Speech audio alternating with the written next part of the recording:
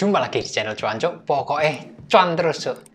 Oke, kalau kita ngelihat beritanya, suku bunganya dipertahankan 0 sampai 0,25%. Dan setelah itu orang juga pasti bertanya-tanya, ini pengaruhnya gimana ke kripto? Setelah kita lihat dan kita mungkin teman-teman juga lihat reviewnya, dengar sekilas mengenai keputusannya, wawancaranya Mas Powell sebagai pimpinan. Menurut saya udah jelas, yang udah dipercaya kita harus percaya aja. 0 sampai 0,25% selesai itu dipertahankan. Artinya apa? Ya bisa jadi biar marketnya recovery dulu, bisa jadi marketnya biar enggak terlalu parah losornya dan lain sebagainya. Kemungkinannya sideways atau bahkan recovery dulu. Sampai kapan? Ya sampai ada keputusan atau berita yang signifikan. Menurut saya itu jelas. Sampai berarti yang puncaknya ya kapan akan dinaikkan lagi. Setelah dipertahankan, kalau kita lihat di wawancaranya juga ditegaskan sudah mulai mengurangi pembelian aset pemerintah, ya sudah mulai pembelian aset. Otomatis kalau targetnya kembali lagi dari tahun lalu sudah disebutin Maret. Di Maret itu selesai taperingnya, dan posisinya di Maret juga ada rapatnya The Fed lagi, dan kemungkinan besar di bulan Maret itu kalau melihat kayak gini ya gerak-geriknya diulur-ulur, bisa jadi di Maret ada kenaikan suku bunga yang pertama, mungkin yang pertama ya, karena targetnya tahun ini 3 kali. Jadi kalau di bulan Maret dinaikkan suku bunganya, otomatis market ada masih kasih nafas sampai Maret, bisa jadi sampai Maret nggak terlalu hancur lagi, cenderung sideways, naik tipis-tipis atau bahkan mungkin recovery naik agak tinggi sampai Maret sebelum suku bunganya dinaikkan, terus market mungkin turun. Kenapa? Ya karena kalau misalnya suku bunganya dinaikin, ya namanya suku bunganya dinaikin otomatis kita ngomong investor, spekulan pasti mengurangi porsi dananya, investasinya di market-market yang lebih beresiko ya. Kita ngomong saham itu jelas beresikonya lebih tinggi, kripto apalagi naik turunnya sangat fluktuatif.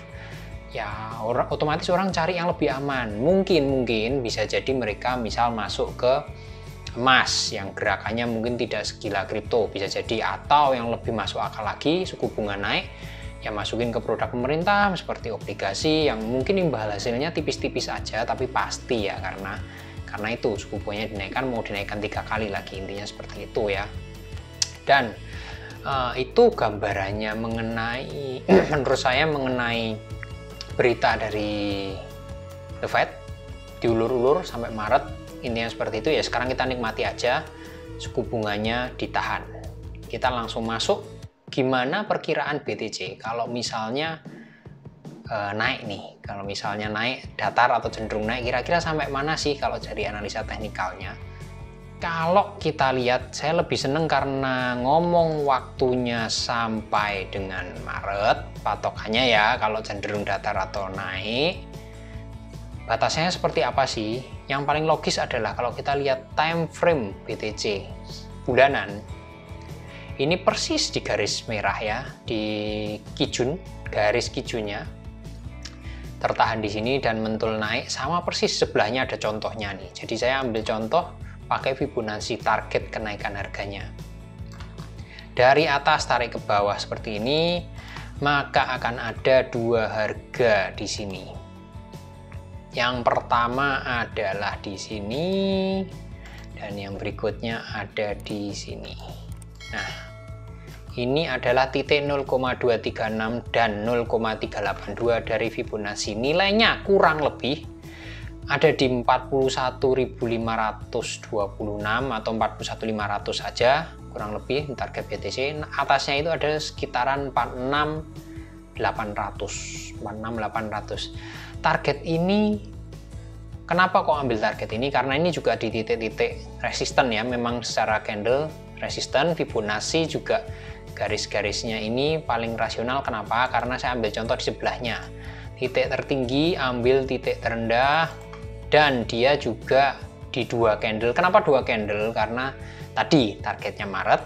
Jadi dari Januari akhir ya ini ya, Februari, Maret tuh ada 2 candle berikutnya, targetnya di situ.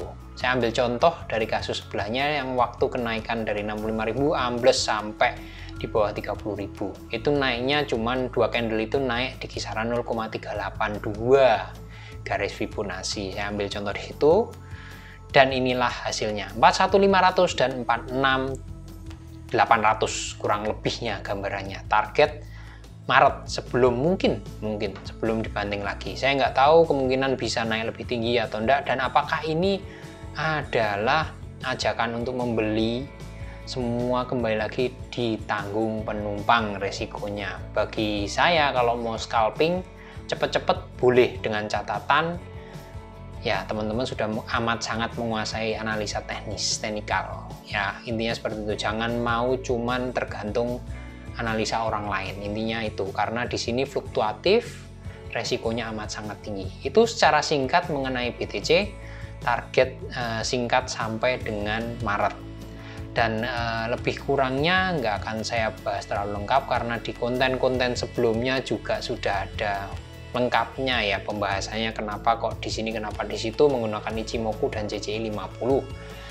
Dan saya mau melanjutkan sedikit mengenai kalau misalnya ini istilahnya bahasa Jawanya sangu, bekal untuk di bulan Maret kalau misalnya ada kejadian penurunan ya.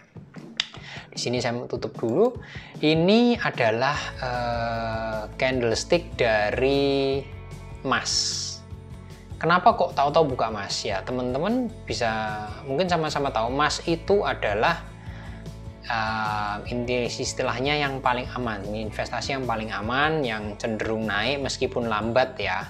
Dan emas ini di negara-negara besar, Indonesia jelas masih dipandang emas itu adalah investasi paling aman, India apalagi, tapi tidak demikian dengan negara-negara barat. Tapi sebetulnya Indonesia dan India aja udah cukup ya, karena teman-teman tahu sendiri India dan Indonesia ada di posisi berapa populasi terbesar di dunia. Dan di sini saya mau menunjukkan kalau emas ini dari tahun 2000, di sini gambarnya 2006 sampai dengan 2022 cenderung naik, ada fluktuatif swing sedikit. Ini yang terjadi di emas, yang teman-teman bisa lihat sendiri ya, naik tipis-tipis bisa dibilang gitu, nggak terlalu signifikan. Dan kalau kita bandingin dengan pertama adalah Dow Jones dulu. Dow Jones itu apa? Secara singkat ya, ini bursanya Amerika. Di Indonesia ada ISG, di Amerika ada Dow Jones. Teman-teman bisa lihat secara singkat biru ini. Ini time frame weekly ya, mingguan. Kenaikannya, kemiringannya bandingin dengan emas ya. Yang dulunya di tahun 2008 sampai dengan 2015 emas masih di atas grafisnya ya, secara grafis masih di atas Dow Jones tapi disalip ke atas thread. Ini yang terjadi di bursa saham, karena resikonya tinggi otomatis lebih fluktuatif. Tak tambahin lagi dengan BTC Dash, lebih serem lagi. Ini mulainya 2011, di 2022 sudah seperti ini. Lihat jaraknya di 2011 dan ini di 2022 udah nempel secara performa harga ya, bukan dari besaran harganya tapi performa kenaikan dan penurunan harga. Di sini teman-teman bisa lihat baik dari Dow Jones maupun dari Bitcoin itu amat sangat dipengaruhi oleh negara barat yang tingkat kepercayaannya terhadap emas tidak setinggi di Indonesia, India, Asia ya, pada umumnya ya. Dan di sini teman-teman bisa lihat sendiri apa yang dilakukan oleh orang barat, senang yang beresiko tinggi. Maksudnya saya menerjemahkan ini apa? Bisa jadi di bulan Maret mungkin kemungkinan besar secara teori ya, seperti yang saya sebutkan di awal, ada rush, penarikan dana besar-besaran karena faktor-faktor yang tadi saya sebutkan.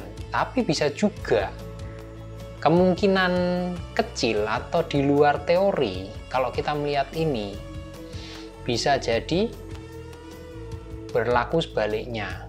mungkin nggak turun secara signifikan, atau bahkan mungkin sideways atau malah naik. Karena apa faktornya? Teman-teman bisa lihat ini, gambar ini.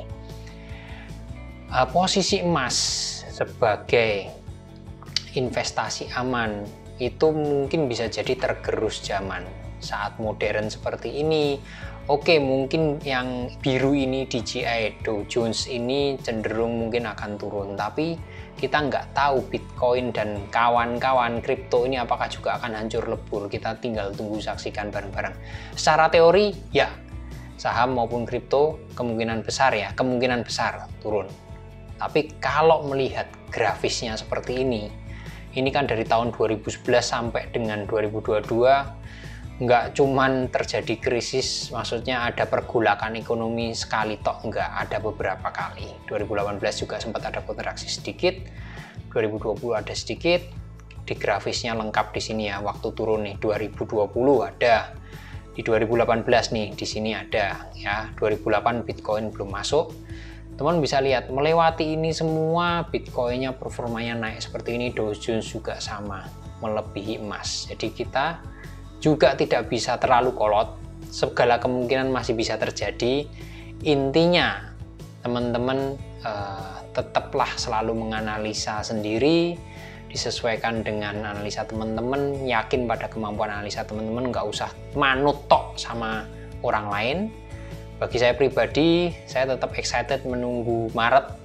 Saya pengen tahu, mudah-mudahan ada kejutan kalau sesuai dengan lihat dari grafis ini. Mudah-mudahan kejutan, saya menantikan kejutan, nggak secara teori terus, nggak secara teori ya, bisa biar orang itu kalau secara teori kan gampang banget ditebak. Kalau gampang ditebak ya makin banyak orang-orang kaya kan, maksudnya kalau misalnya gampang ditebak ya namanya bukan trading, intinya seperti itu ya. Kita saksikan bareng-bareng, ini singkat aja, gambaran aja, mudah-mudahan bermanfaat. Salam cuancu.